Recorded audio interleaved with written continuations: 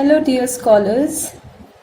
Today we will be taking up the first lesson of civics, that is, the organs of Indian government and specifically the legislature.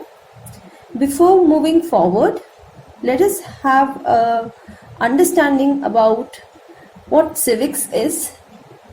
We all know civics is the study of human rights and responsibilities of the citizens. It is about the duties that citizens have to follow, that they have to accomplish. It is about governance and the government. It is the study about human rights. It is the study about the social culture and the economic development, and about the environment, that is the society, the state, the country that we live in.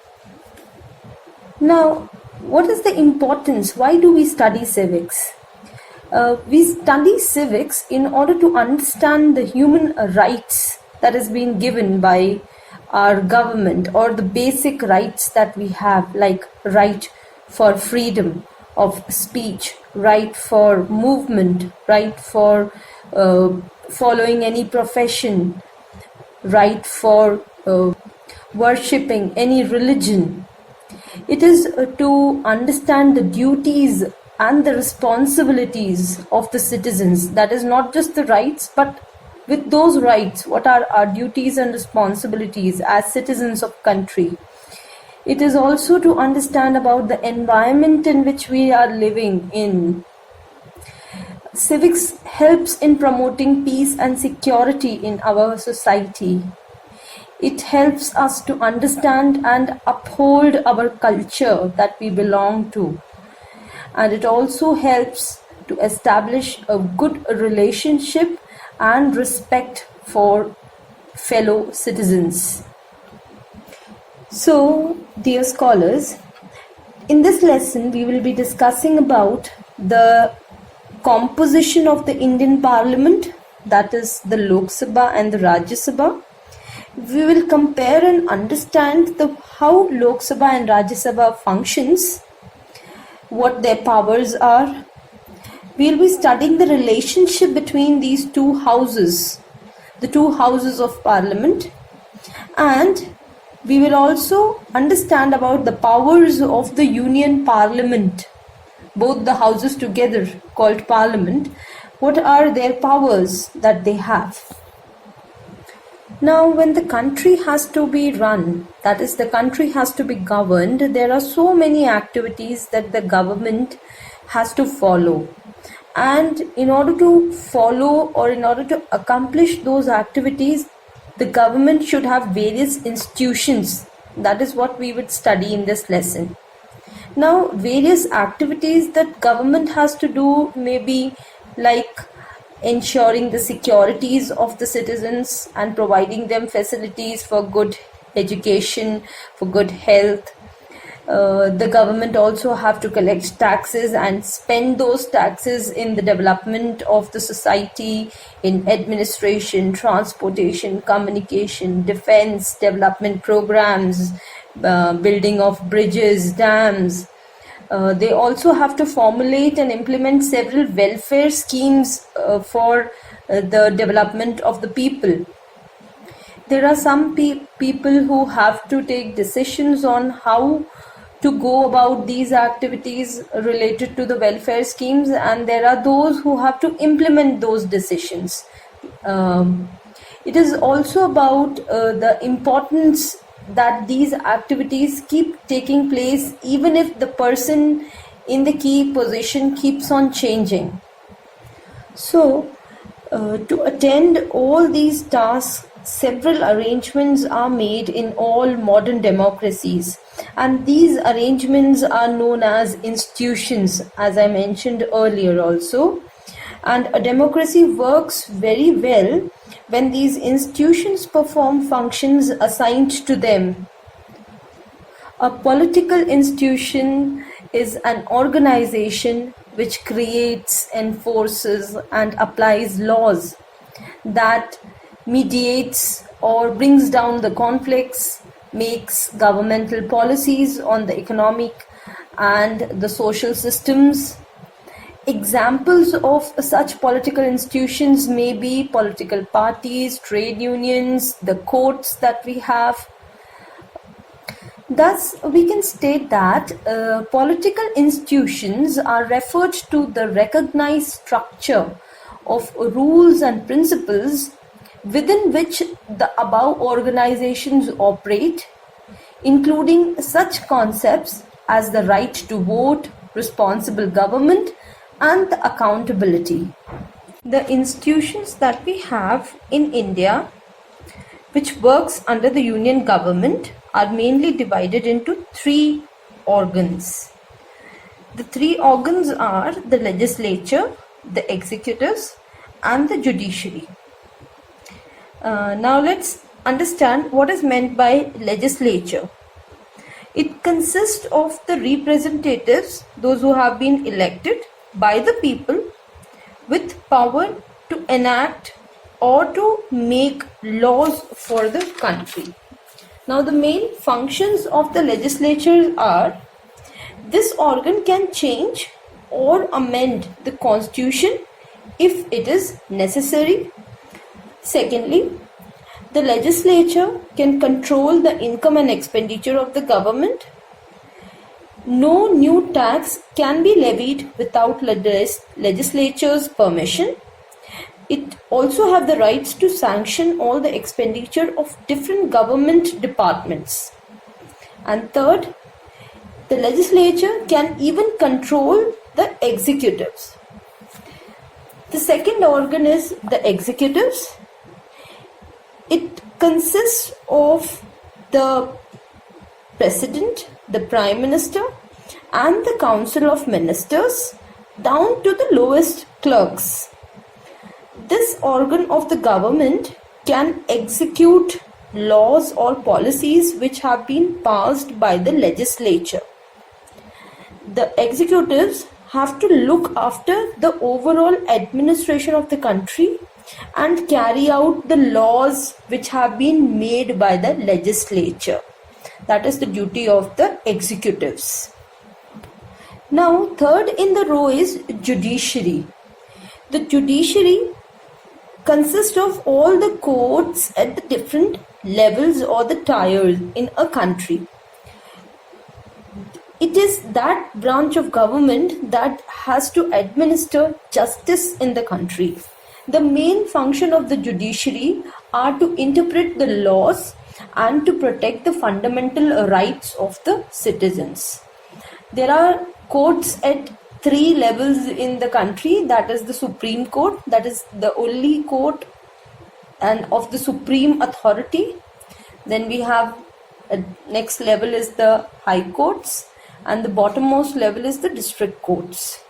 They have the courts also have the rights to even settle the disputes between the executives and the judiciary. Now going forward, let us understand what is the legislature, that is our parliament, and what all activities or functions does it perform in detail. Now, legislature or the parliament is also known as Sansad, and it is one of the supreme and the federal legislative body of India. It includes the office of the president and the two houses, that is the Rajya Sabha and the Lok Sabha. The Parliament of India is bicameral with two houses. Bicameral means it has two different houses which makes changes, which brings up various bills and converts those bills into laws. So we have two houses of parliament. That's why we call it as bicameral. Let us discuss Rajya Sabha. Now, Rajya Sabha is also known as the upper house of the parliament. It is also called as Council of States. The members of this house are indirectly elected, and this house looks after the interest of various states, regions, or smaller federal units. That is their role. composition, that is the strength of Rajya Sabha, is fixed at 250 members, though at present it has 245 seats. There are divided into two categories of members. The first is elected members and the second one is nominated members. So first let's understand what is elected members. There are around 238 elected members who represent the 28 states and the 9 union territories at present, including the National Capital Territory of India, that is Delhi. And the nominated members means the president has the rights to nominate 12 members to the Rajya Sabha. These are the eminent personalities from the field of literature, science, art, sports, social services, are nominated for 6 years with the provision that 1/3 of the members shall retire after every 2 years. Therefore, the Rajya Sabha is also called the permanent house. And these nominations which the president makes, it is with the advice and the recommendation of the Prime Minister. Elections to the Rajya Sabha. The representatives of the states in the Rajya Sabha are elected by the members of legislative assemblies, that is the lower house of that state, by means of proportional representation through the single transferable vote system. It currently has a maximum membership of 245, of which 233 are elected, and while the president can appoint 12 nominated members for their contribution in either art, literature, science or social science. Now let us discuss who all are qualified to be members of the Rajya Sabha.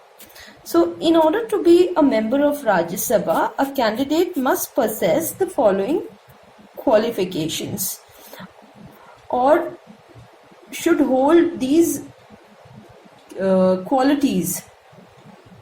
First, he should be a citizen of India and should be at least 30 years old, should possess such other qualifications as may be prescribed in that behalf by or under any law made by the Parliament, should not be of unsound mind, that means he should not be a lunatic, he should not be a proclaimed criminal, he should not have any criminal backgrounds, should not hold any other office of profit under the government of India.